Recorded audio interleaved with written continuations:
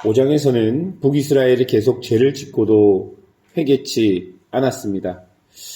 그들은 그러면서도 계속 하나님께 예배를 드린다고 드렸습니다.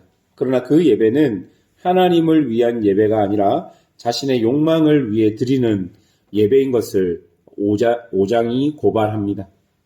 아무리 여호와 하나님께 제물을 드려도 그들의 깊은 마음 속에 그 제물과 제사의 동기가 자신의 욕망이 되어 있으니 그들의 예배는 하나님 앞에서 죄만 더할 뿐이었습니다. 오늘 6장에서는 그들이 계속 죄를 짓고도 회개치 않는 이유를 자신의 삶에서 당장 하나님의 심판과 진노가 눈에 보이지 않았기 때문임을 말해줍니다. 여러분 1절을 한번 보십시오. 화 있을진저 시온에서 교만한 자와 사마리아 산에서 마음이 든든한 자, 곧 백성의 머리인 지도자들이여 이스라엘 집이 그들을 따르는도다. 여러분 이 구절을 조금 더 직접적으로 번역한 새번역 성경과 비교해서 보면 오늘 본문의 화 있을진저라는 것은 너희는 망한다 라고 번역할 수 있습니다. 그리고 시온에서 교만한 자는 시온에서 안전하다고 믿는 사람들을 말합니다. 또한 사마리아 산에서 마음이 든든한 자는 사마리아의 요새를 믿고 안심하는 사람들을 말하는 것이죠. 무슨 말입니까? 지금 북이스라엘 사람들이 죄를 짓고도 그들의 마음이 회개치 않고 평안한 이유는 그들이 그들의 성과 그들의 군사력 그리고 자신들의 나라가 꽤 힘이 있다는 것을 믿고 의지했기 때문입니다. 그들은 하나님을 믿는 것이 아니었습니다.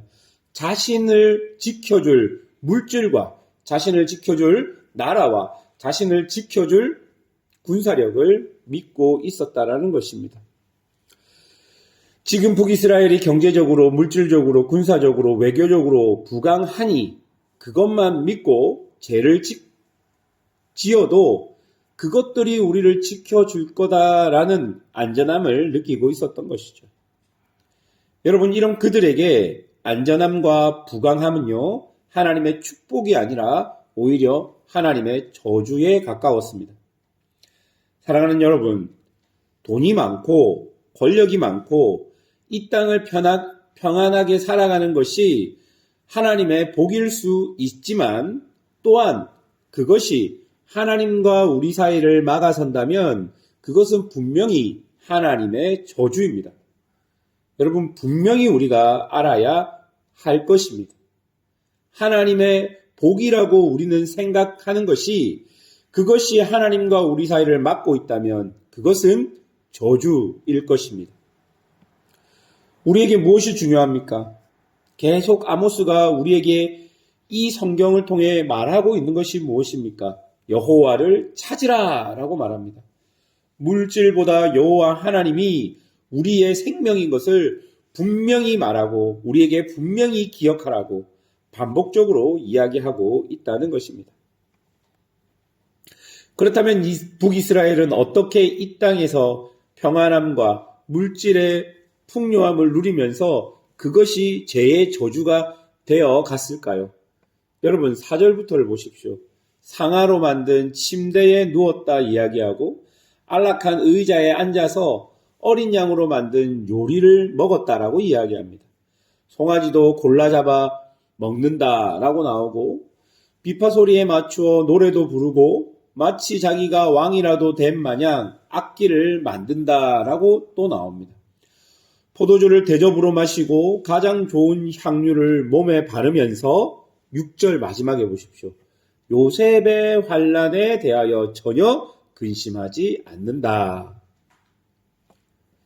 여러분 이 말이 정확하게 어떤 표현인 줄 아십니까?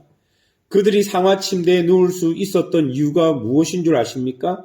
가난한 사람들을 약탈했기 때문입니다. 그리고 어린 양과 송아지를 먹었다는 것은 자기보다 힘이 없는 자들을 집어삼켰다라는 표현입니다. 그렇게 물질에 중독되어 자기가 가진 힘과 권력으로 사람들의 진액을 짜서 자신의 배를 불린 것을 4절부터 우리에게 이야기해주고 있는 것입니다. 그러니 나라가 망할 수밖에 없는 것입니다. 그런데도 여러분, 그들이 어떻게 생각하는 줄 아십니까? 그들은 그런 모든 것들이 하나님께서 내게 주신 복이라고 생각합니다. 자기들이 상하의 침대에 누운 것도, 어린 양과 송아지를 먹는 것도, 몸에 좋은 향유를 바르는 것도 하나님의 복이라고 생각하는 것이죠. 절대로 죄의 열매는 하나님의 복이 될 수 없습니다. 우리가 죄를 통해서 얻는 물질과 권력은 하나님 앞에 복이 될 수 없다는 것입니다. 하나님은 절대로 이런 사람들을 가만두지 않습니다. 하나님의 심판이 어떻게 임하는지 10절을 보십시오. 장례를 치르고 왔습니다. 그런데 어떻습니까? 또 아직 장례를 치를 시체가 있는지 물어보는 것이죠. 무슨 말입니까? 엄청나게 많은 장례를 치를 정도로 가족 중에 많은 사람들이 죽었다는 이야기입니다. 이제 장례를 다 치러 더 이상 시체가 없는데 사람들이 없다라고 말하니까 어떻게 합니까? 조용히 하라라고 말합니다. 왜냐하면 하나님이 그 말을 듣고 또 죽이면 어떡하냐고 이야기하는 것이죠. 이처럼 하나님의 심판이 죄인들을 향해 강하게 임했던 것을 우리는 볼 수 있는 것입니다. 사랑하는 여러분, 매일 성경에서 이 10절을 해석하며 마지막에 이렇게 이야기합니다. 회개를 미루는 것은 죄를 쌓는 것이니 그러면 결국 더 큰 징벌을 만날 수밖에 없습니다. 여러분 꼭 기억하십시오. 지금 회개해야 할 것은 바로 지금 회개해야 합니다. 회개해야지 하면서 이 회개를 미루는 것은 그 죄의 달콤함에 빠져서 내가 내 양심은 지금 회개하라 말하고 있지만 그 죄가 주는 달콤함에 빠져서 회개할 시기를 놓쳐버리면 결국은 하나님의 큰 진노를 만날 수밖에 없다라고 이야기하는 것이죠. 여러분 북이스라엘은 죄를 짓고도 회개하지 않았습니다. 여러분 그들이 처음 죄를 지을 때도 양심의 가책이 없었을까요? 아닙니다. 처음 죄를 지을 때는 분명히 양심의 가책이 있었을 것입니다. 그런데 내 양심의 가책보다 죄의 열매가 주는 것이 더 달콤하니 그 달콤한 죄의 열매를 계속 취하다 보니까 내 양심이 죽어버린 것이죠. 그래서 이제 더 이상 죄가 아닌 것이 되어 버리게 된 것입니다. 그래서 그들에게 심판은 확정된 것입니다. 이제 하나님은 14절에 한나를 일으켜 그들을 치시겠다 말씀하십니다. 여러분, 하나님이 너무한 것 같습니까? 하나님은 세상 물정도 모르고 정의와 공의만 외치는 것 같습니까? 아닙니다. 하나님은 이미 사람들에게 양심이라는 것을 주셨고 일반은 종 아래서 기본적으로 선과 악을 알게 하셨습니다. 또한 북이스라엘은 이미 그 선과 악의 기준이 되는 율법을 가지고 있는 민족이었습니다. 그런데도 그들이 그것들 모두를 무시한 것이죠. 또한 그것들 모두를 자기가 원하는 대로 변경한 것이죠. 북이스라엘에게 율법은 상식이었습니다. 그런데 그들이 그 상식을 바꾸었던 것이죠. 자신이 가진 힘과 권력으로 그 사회 안에 흐르는 모든 상식적인 같은 것들을 다 바꾸어 버렸던 것입니다. 그러니 그렇게 무너진 나라는 기준이 흔들려져 버렸고 기준이 사라져 버렸으니 다시 일어설 수 없게 된 것입니다. 사랑하는 여러분, 아모스의 말씀을 여러분 잔잔히 읽어보면 굉장히 무서운 말씀들이 많이 나옵니다. 그런데요, 그 죄가 그 심판이 무섭게 보이는 이유가 무엇인 줄 아십니까? 그만큼 죄의 역사가 강력하다는 것을 우리에게 보여주는 것이죠. 그렇게 심판이 강력하게 우리에게 임하지 않으면 절대로 우리는 죄와 멀어질 수 없기 때문에 하나님께서 그렇게 선지자들을 보내서 엄청난 죄의 결과들을 말해주고 있는 것입니다.